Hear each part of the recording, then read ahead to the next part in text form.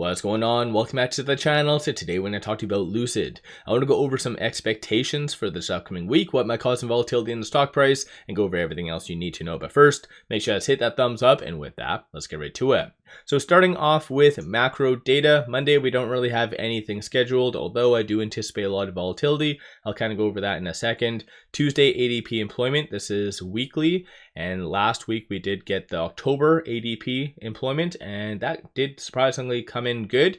Market liked that, alongside at the time Trump's comment, so that's one thing that really the market moved higher because of. So Tuesday, that's going to be something to watch for, and we do have a lot of Fed speakers Wednesday and Thursday, so anticipate a lot of volatility, and there's a lot of hot topics that could be brought up.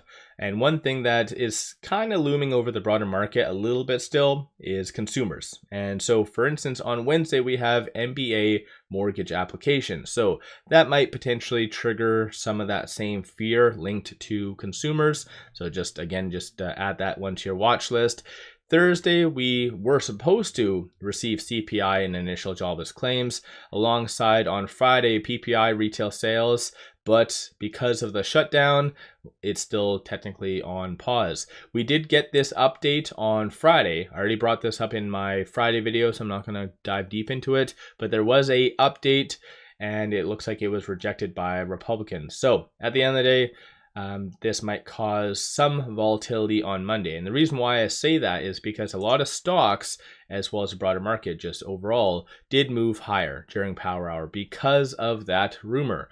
But since that rumor did get quashed and popped, then technically we might see a continuation of this downtrend. So anticipate a lot of volatility on Monday.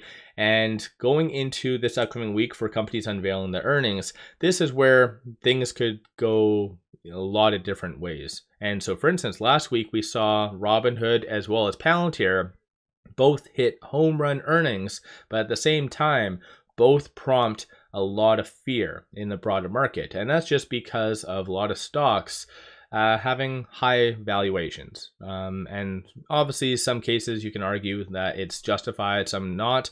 But given that there's a lot of speculative names putting out their earnings this week, such as RGTI, this one I am not a fan of at all. OKLO, absolutely zero revenue whatsoever, the highest multiple in the market. So that one could be definitely something that triggers the broader market. You also have Beyond Meat, a lot of big speculative names. So again, you could see a lot of volatility similar to what happened with Palantir. So if things start to just go down, most likely it is just Wall Street again trying to target a lot of those high multiple stocks.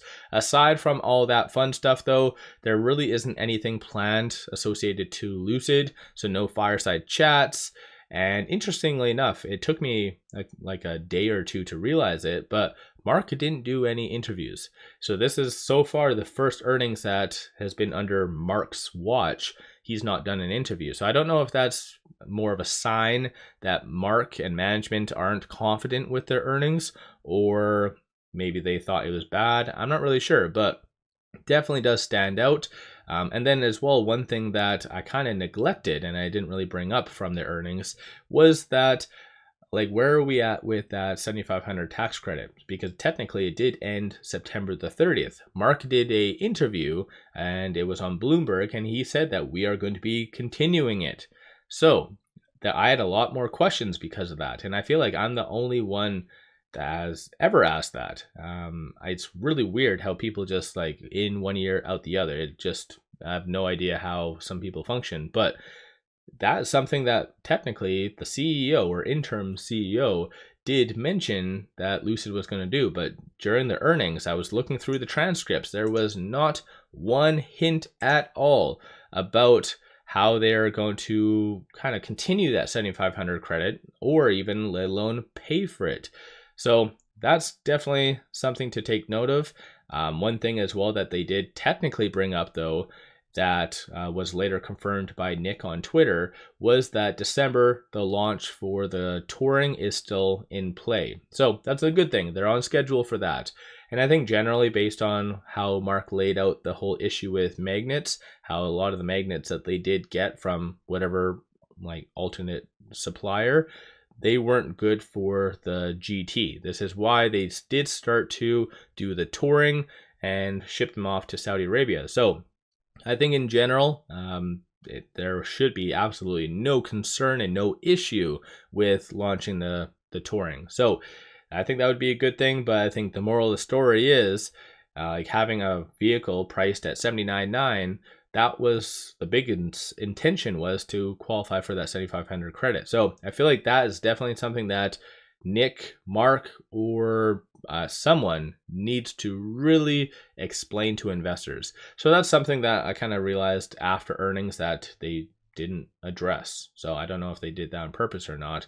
The only thing as well that is planned for this week is a couple pop-ups, one at Tampa, one at Vegas, and it looks like as well for November 21st they're going to be at the LA Auto Show. Someone clearly is updating their website, different format, so I much rather it this viewpoint. And Lucid always does that on a side note. They kind of go through spurts of updating their website, then they just kind of forget that they have one and just don't do any updates. So hopefully they do continue this and do more and more of these auto shows. And even technically, I don't believe that Lucid is participating in it, but in the Deutsche Bank Auto Conference that is going to be, I believe it is the second week of November. So that's something that Lucid should be really doing, and they just need to get that passion back. And Peter loved to do and talk about technology like all day long. So that's something that I do really miss about Peter, is that he did go to all those conferences, ranted like crazy about technology, boasted, and this time, this new management, they seem to just be more kind of sheltered and just not really wanting to do anything in the eye of the public. So I don't know, definitely interesting. My apologies, I kind of went on a little bit more of a side rant, completely unrelated, I guess, to this upcoming week. When it comes down to shorts though, 28.05% of the free float's being shorted. So that's kind of where we're at. Shorts surprisingly have returned a lot. So at least breaking off of that 30% range that kind of plagued most of 2025 with, but 40.4 million shares overall being shorted. Cost to borrow average 27.1. Cost to borrow minimum is negative. So that does mean that there is a broker or brokers paying people to short Lucid. So definitely there is some signs of manipulation. DTC sitting at 4.17 days. So it does signal that shorts are rather overextended.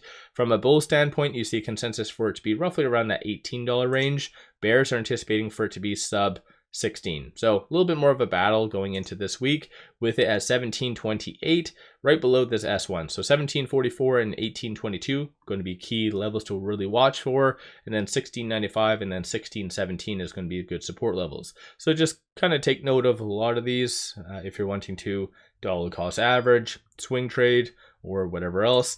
Aside from all that fun stuff though, on the actual chart, Friday we finally did see some signs of life. I guess Thursday as well, but it did momentarily break above that 10-day moving average. Because of the pullback, it did close regrettably below it, but nonetheless, it's not too far off. So all Lucid needs is a nice gentle push, and you can see a nice kind of, at least to a bare minimum of 1881. That's where in theory it could get to if it just gets over these two walls of kind of willing sellers. You can see that from the market position right here. Because of the recent price action over the last couple of trading days, broke off of the oversold to a little bit on the high end, not overbought just yet, but it is sitting at 76.3. So potentially if it does continue and gets to that, let's say that $18.50 or $19 range, then it would be considered overbought. There really hasn't been anything associated to any articles talking about Lucid, no new analyst ratings, and so there could be a couple new stragglers, at least 2 or 3, maybe posting on either Monday or Tuesday their kind of results and their ratings.